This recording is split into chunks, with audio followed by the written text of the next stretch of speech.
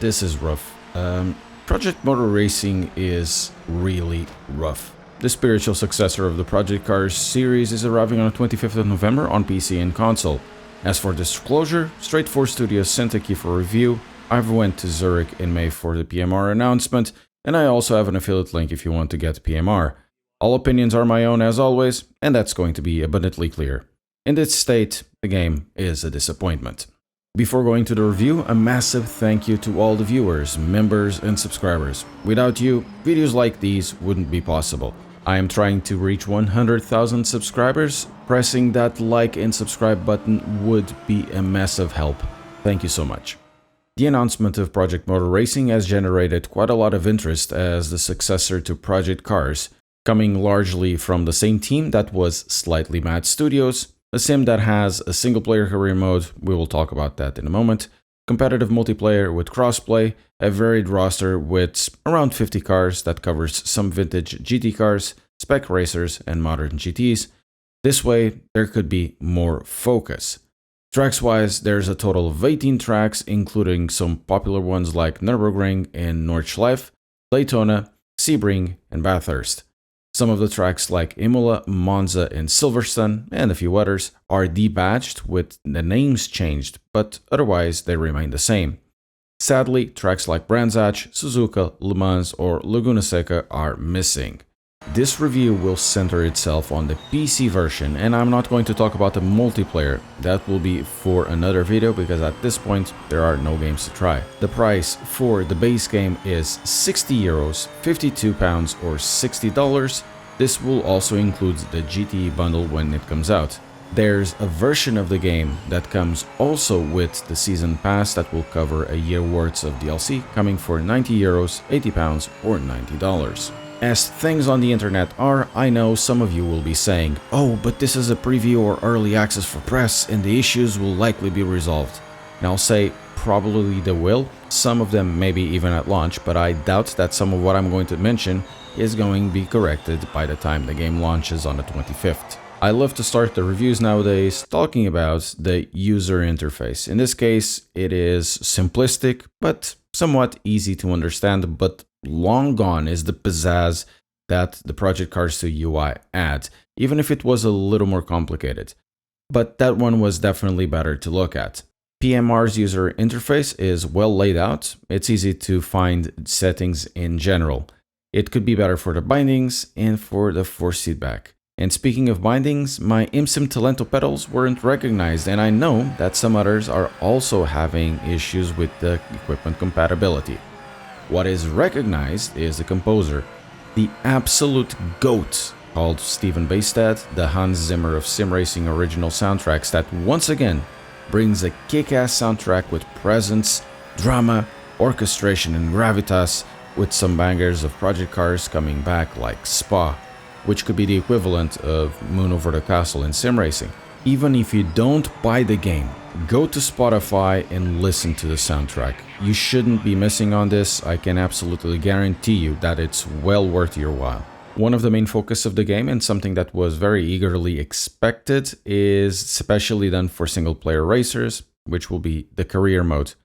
Project Motor Racing takes an interesting approach that in some ways reminds me of Codemasters Race Driving Grid, and it deserves its praise. In terms of difficulty, the career mode has many ways to ramp it up, and it's not just using the AI's difficulty against you, because each race will generate revenue and will have a cost of entry. So the model of generating revenue will depend on what variables you want to control and the risk you want to take overall.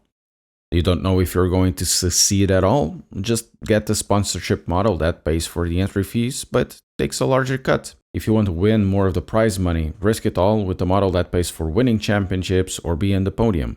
You'll have to buy the cars, repair the damage done at the races. By the way, the damage is not persistent between sessions, pay for the entries, and then reinvest in higher models so you can go to other championships. Also, the game doesn't really bar you from starting at whatever championship you may want to enter, as there's an option for how much you want to start with. So if you want really more difficulty besides the sponsoring model, you can start with the minimal amount and race something like the 964 or the spec Mias de Miata.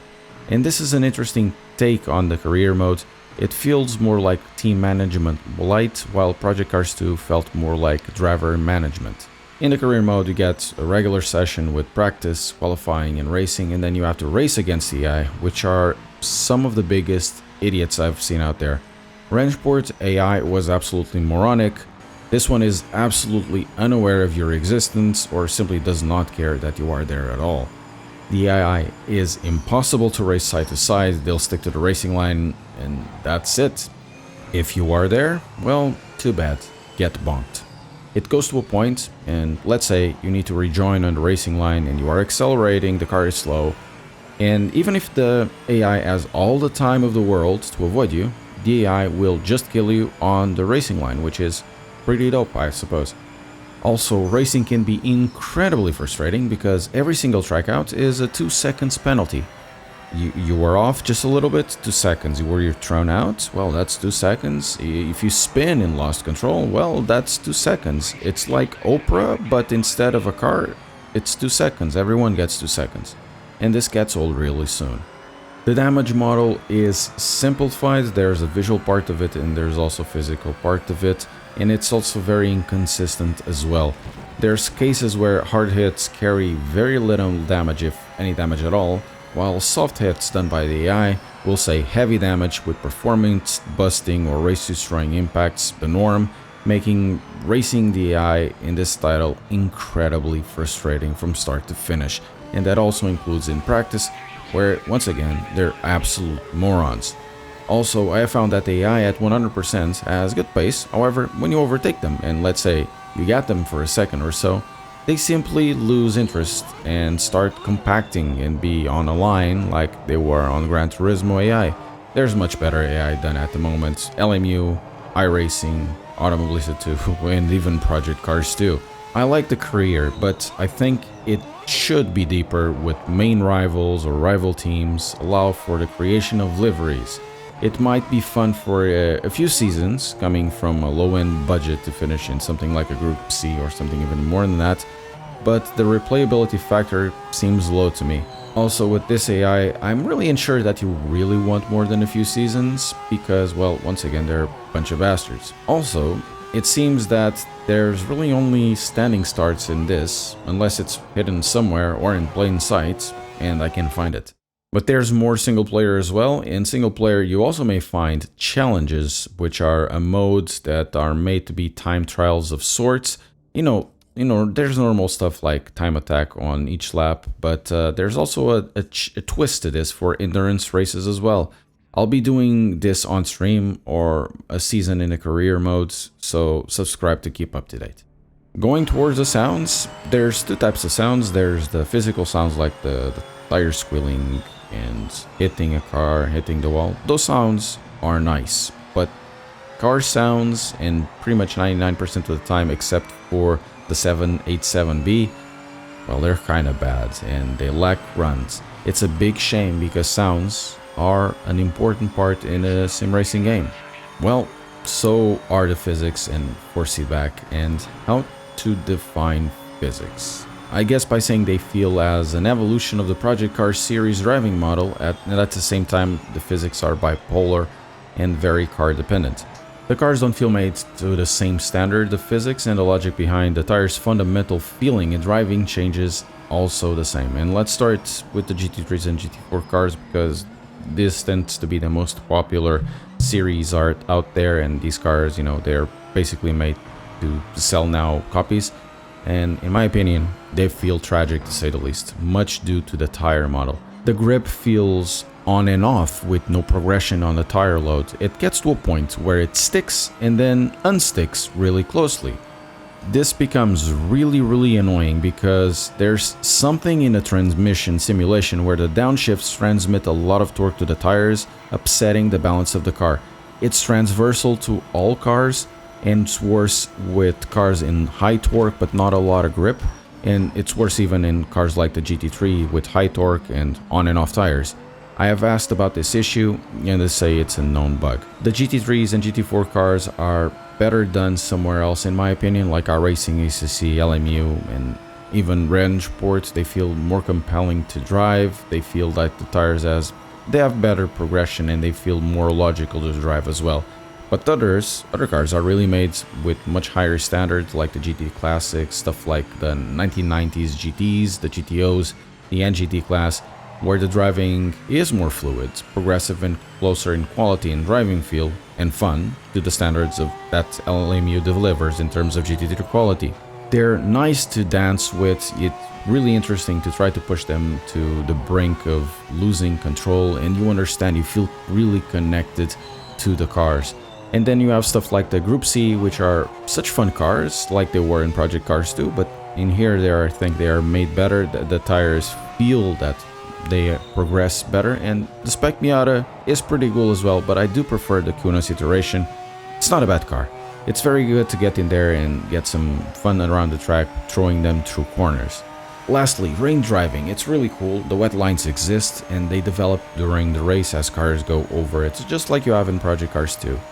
They are dynamic, the puddles will appear, and choosing where to drive is important.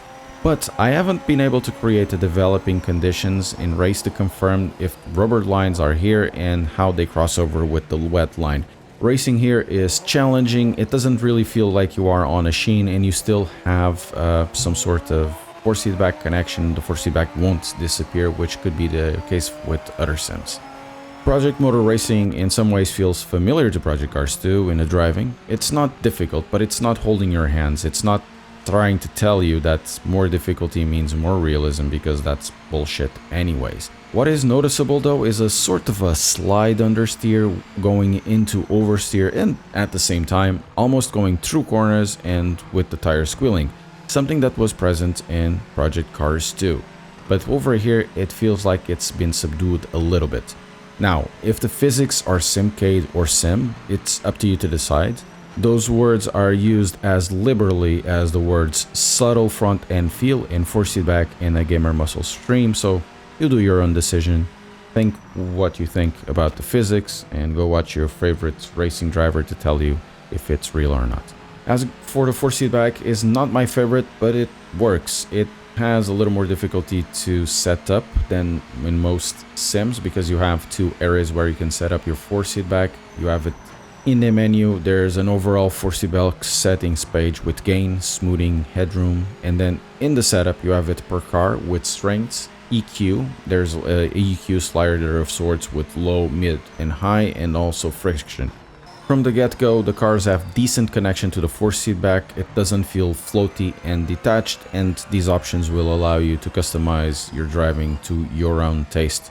Some will prefer more direct feeling of other games. I'm okay with this one, and I'm one of these people that will prefer other games' force feedback, but this one doesn't seem to do anything wrong. The last major point is graphics and performance, and for this one, I'm just gonna say it's tough out there. I've heard it's better on console though. Project Motor Racing is running on Giant's Engine 10, the same as Farming Sim 25, but highly modified to better suit a sim racing game. The result is weird now that I have had proper time to test this and figure out what's going on. The cars and track models are done to a great standard in my opinion. There's really no stone unturned in terms of details and the like. I'll even like the trees. However, in a world where there is Assetto Corsa, and Assetto Corsa Rally just came out just a couple of weeks ago, and Project Cars 2 still exists, something is strange in the art direction and performance. First, it's like all the colors are washed. The sky has this weird tint, and the clouds look as they are pixelated and far away. The faraway details past the track, especially in places like Kyalami or Daytona, they are gone, and it seems like the track is the only thing out there that has a minimal detail. It looks dated. I understand that Project Cars 2 had a lot of saturation, but this one goes the other way around and boasts some sort of tint on top of it. So you have a sim that looks dated in this, and the worst of it all is that it doesn't run particularly well for how it looks. I have an 18800 X3D with a 4070, and I get somewhere between 70 to 90 FPS with cars and with DLSS enabled in quality. 100 to 110 without cars. I mean, I get more in games that look much better and have much more complex scenes, so I don't get it, and really don't get me going on the replays. They are ugly. The LODs, the frames per second, everything at the distance is an absolute pixelated slideshow, and you are seeing most of this video inside the car when I'm actually driving, because normally I would just do a race and then save the replay and then do everything in the replay, including the outside views for this one, because it looks so bad I'm avoiding it. Another issue with the graphics is with the rain, something you have probably noticed as well. Raindrops are strange. In some cases they just float in the air, they don't move. They look like a bad texture both outside and in the windscreen, and the wiper doesn't clean them off. Adding insult to injury, I've had a terrible time setting this up.